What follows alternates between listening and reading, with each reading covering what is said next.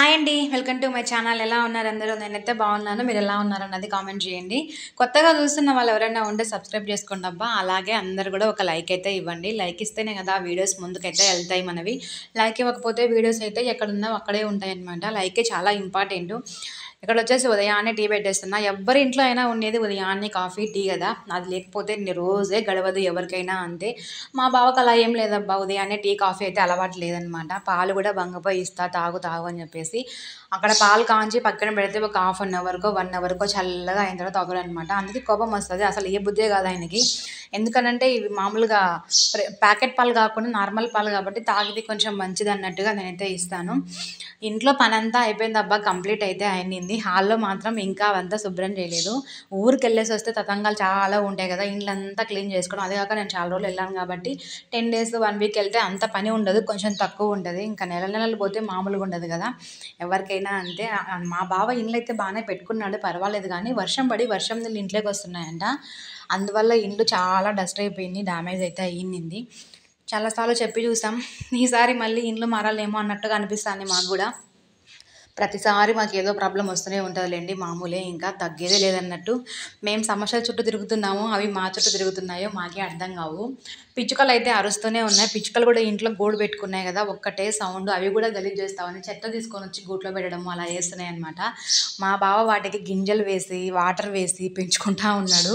నువ్వొచ్చిన తర్వాత వాటిని తోలుతున్నావు, డిస్టర్బ్ చేస్తున్నావు, పాపం ఉండనీలే అంటున్నాడనమాట. అవి ఇల్లంతా గలీజ్ చేస్తా ఉంటే ఎట్లా ఉండనిస్తారు ఎవరైనా గానీ. నేనైతే బయటికి పంపియాలని ట్రై చేస్తా ఉన్నా వాటిని. అవి మాత్రం వెళ్ళట్లేదు. ముందు ఈయన పంపిస్తే కదా వాటిని బయటికి. ఇక్కడొచ్చేసి సేమియా ఉప్మా చేస్తున్నా. ఏ టైంలో చేస్తున్నానంటే మధ్యాహ్నం అనమాట. ఉదయాన్నే టిఫిన్ చేసుకుందాం అనుకున్నా. బట్ టైం కుదరలేదు నాకు. ఇల్లు క్లీనింగ్ అయిపోయింది. ఆయన డ్యూటీకెళ్ళిపోయినాడు. నేను బయట టిఫిన్ చేస్తాలే అని చెప్పేసి కొద్దిసేపు మా అమ్మతో మాట్లాడి కొంచెం సామాన్లు అదంతా క్లీన్‌గా సర్దేసరికి టైం అయితే లేట్ అయిపోయిందనమాట. ఇంకా లైవ్ చేయాలి కదా అని చెప్పేసి నేను టిఫిన్ అయితే ఏమీ చేయలేదు. ఇంకా మధ్యాహ్నం అయితే వేడివేడిగా సేమియా ఉప్మా అయితే చేసుకుంటా ఉన్నాను. అప్పటికప్పుడు సేమియా ఉప్మా చాలా బావుంటది. సేమియా ఉప్మా చాలా మందికి నచ్చదు.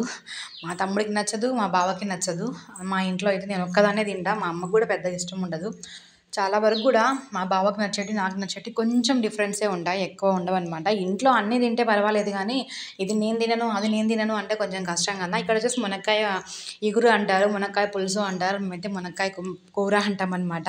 మునక్కాయ కర్రీ అయితే చేస్తా ఉన్నా. చాలా బాగొచ్చింది. చెప్పాను కదా! ఇంతకుముందు నేనెప్పుడూ ట్రై చేయలేదు. ఫస్ట్ టైమ్ ట్రై చేసినా అని చెప్పేసి. తర్వాత మళ్ళీ ఇంకోసారి చేసినా. థర్డ్ టైమ్ అనుకుంటా మా ఇంట్లో చేయడము. మా బావ చెప్తూనే ఉన్నాడు ఎప్పటినుంచో ట్రై చేయి చాలా బావుంటది మునక్కాయ కర్రీ అని చెప్పేసి. మనకు ఇంకా కొత్త వంటలంటే కొంచెం భయపడతాం కదా! మా అమ్మ అవును బావుంటది. నేను కూడా చేస్తుంటిని అన్న తర్వాత చేశాననమాట. నిజంగా చాలా బాగుండింది. ఇంట్లో ఎక్కడ ఏమున్నాయో కూడా మర్చిపోయినా నేను. అమ్మ వాళ్ళ ఇంట్లో ఉండి, అమ్మ వాళ్ళ ఇంట్లో ఎక్కడేమున్నాయో గుర్తుంది గానీ కొంచెం కొంచెంగా. ఈడ మాత్రం ఇంక అన్నీ మర్చిపోయినా. ఉప్పు కూడా లేదంట. ఉప్పు పైనుందంట. సరుకులు రాసే లిస్ట్‌లో ఉన్నయి కూడా రాసేసిన. మా బావ ఇక్కడ ఇదుంది, అక్కడ ఇదుంది అని చూపిస్తుంటే భలే నవ్వొస్తుండే. ఫస్ట్‌లో మా బావకి ఏమీ తెలీదు. బావ అదక్కడ, ఇదక్కడ అని ఫోన్ చేసి మరి నేను చెప్తా ఉండింటిని. ఇక్కడ ఎత్తుకో అని చెప్పి. ఇప్పుడు మా బావ నాకు చెప్తా ఉన్నాడు ఫోన్ చేసి అక్కడుంటది చూడు, ఇక్కడుంటది చూడు అని చెప్పేసి. ఎందుకంటే ఆయనకు తగ్గట్టుగా ఆయన సర్దుకున్నాడు మొత్తం మా వంటగది అంతా. నేను పెట్టిన చోట ఆయన పెట్టలేదు. ఎందుకనంటే ఆయనకు అర్థం కాలేదంట ఎక్కడ పెట్టినానా ఏంటి అని చెప్పేసి. డబ్బాలు కూడా సైజు ఉంటది కదా! పెద్ద దాంట్లో ఇది పెట్టుకోవాలి, చిన్న దాంట్లో ఇది పెట్టుకోవాలని చెప్పి బాగా గుర్తుపెట్టుకున్నాడు. నాకైతే భలే నవ్వొచ్చింది. ఎండు చేపలు కూడా చిన్న డబ్బా పెట్టుకొని సైడ్‌కి పెట్టాడనమాట. చెప్తా ఉన్నాడు చిన్న దాంట్లో రొయ్యపొట్టు, ఎండు చేపలున్నాయి. పెద్ద దాంట్లో కొబ్బరి పొడి ఉంది. దీంట్లో అల్లం వెల్లుల్లి పేస్ట్ ఉందని చెప్తా ఉంటే నిజంగా ఎంత బాగా పెట్టుకున్నాడో అనిపించింది. ఆయనైతే ఇల్లు ఈసారి బాగా నీట్‌గా పెట్టాడు గానీ, ఆ వర్షం వల్ల కొంచెం బెడ్‌రూమ్ అంతా ఖరాబయింది. హాల్ కూడా. వంటగది అయితే బాగానే ఉండింది. మునక్కాయలైతే ముదురువే తెచ్చాడు. లేతగా లేవనమాట. అక్కడ కూడా కొద్దిసేపన్నా ఏం బావ సరిగ్గా తాలేదు అని చెప్పేసి పో తెచ్చుకోపో నువ్వే నీ చేతనైతే అన్నాడనమాట. ఏదన్నా అంటే డైలాగ్ మాత్రం భలే కొడతారబ్బా ఇంట్లో వాళ్ళు. ఏంది ఇది బాగలేదు అంటే పో నువ్వే తెచ్చుకోపో బయటికి తెలుస్తది. నువ్వే చేయపో తెలుస్తది అంటారు కదా! మా ఇంట్లో అందరూ అట్లనే అంటారు. వాళ్ళు తీసుకొనొస్తారు. నేను పేర్లు పెడతా. ఇది బాలేదు, అది బాలేదు అని చెప్పి మా అమ్మకైనా, మా బావకైనా. ఇద్దరే కదా! వాళ్ళు మా ఇంట్లో మా అమ్మ ఎళ్తది కూరగాయలకి. ఇక్కడ మా బావ ఎళ్తాడు కూరగాయలకి. అవి మునక్కాయలైతే ముదురుగా ఉన్నాయన్నమాట. తోలు తీస్తున్నా కూడా రావట్లేదు. బట్ చాలా సేపు ఉడికిస్తే ఉడుకుతాయి ఉప్పేసి. మునక్కాయల్లో కొంచెం ఉప్పు ఎక్కువ పడిందంట. నైట్ అయితే బావ చెప్పాడనమాట. రాగి సంగటి చేశా దీంట్లోకి కాంబినేషన్ చాలా బావుంటది. నైట్ పూట రాగి సంగటి ఏంటి అనుకోవచ్చు.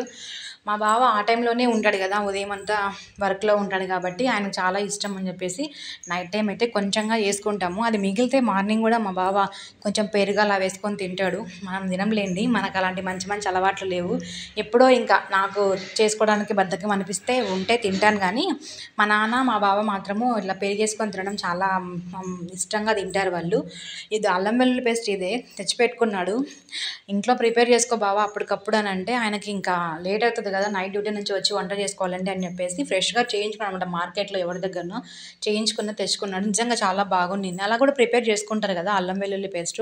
మా సైడ్ అయితే అల్లం వెల్లుల్లి పేస్ట్ ఎక్కువ వాటర్ అబ్బాయి కర్రీస్లో కూడా ఓన్లీ ఎల్లుల్లిపాయలు కొబ్బరి మాత్రం వేసుకుంటారు, లేదంటే పల్లి పౌడరు, లేదంటే అట్లా వేరేది పప్పుల పొడి అలా వేసుకుంటారు, కానీ అల్లం వెల్లుల్లి పేస్ట్ వేయరు. మనకి ఇక్కడ మేము ఉండే సైడ్ అయితే అల్లం వెల్లుల్లి పేస్ట్ లేనిది ఏది చేయరనమాట. ప్రతి ఒక్క కర్రీలో అల్లం వెల్లుల్లి పేస్ట్ అయితే వేస్తారు. నిజంగా బాగుండింది టేస్ట్. ట్రై చేస్తాను నేను కూడా.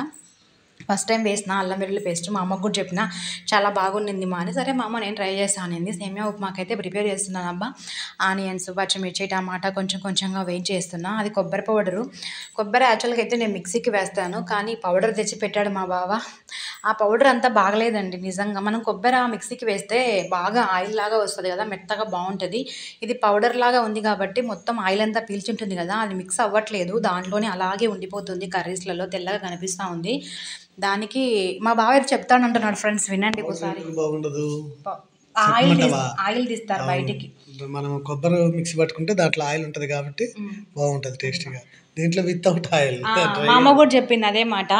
వాళ్ళు ఆయిల్ తీస్తారు కాబట్టి అది పొడి పొడిగా ఉంటుంది, టేస్ట్గా ఉండదు. మనం ఆయిల్ ఉంటుంది కాబట్టి మన కొబ్బరిలో కూరలు కొంచెం బాగుంటాయని చెప్పింది. నిజమే అది కూడా. ఇంకా తెచ్చిపెట్టినాడు ఆయన. ఎందుకనంటే ఆయనకి కొబ్బరి కట్ చేసి మిక్సీ పట్టాలంటే కుదరదు కదా. అలా అని చెప్పేసి మనం కొబ్బరి అంతా మిక్సీకి వేసి పెట్టామనుకోండి బూజు వస్తుంది, చెడిపోతుంది అనమాట.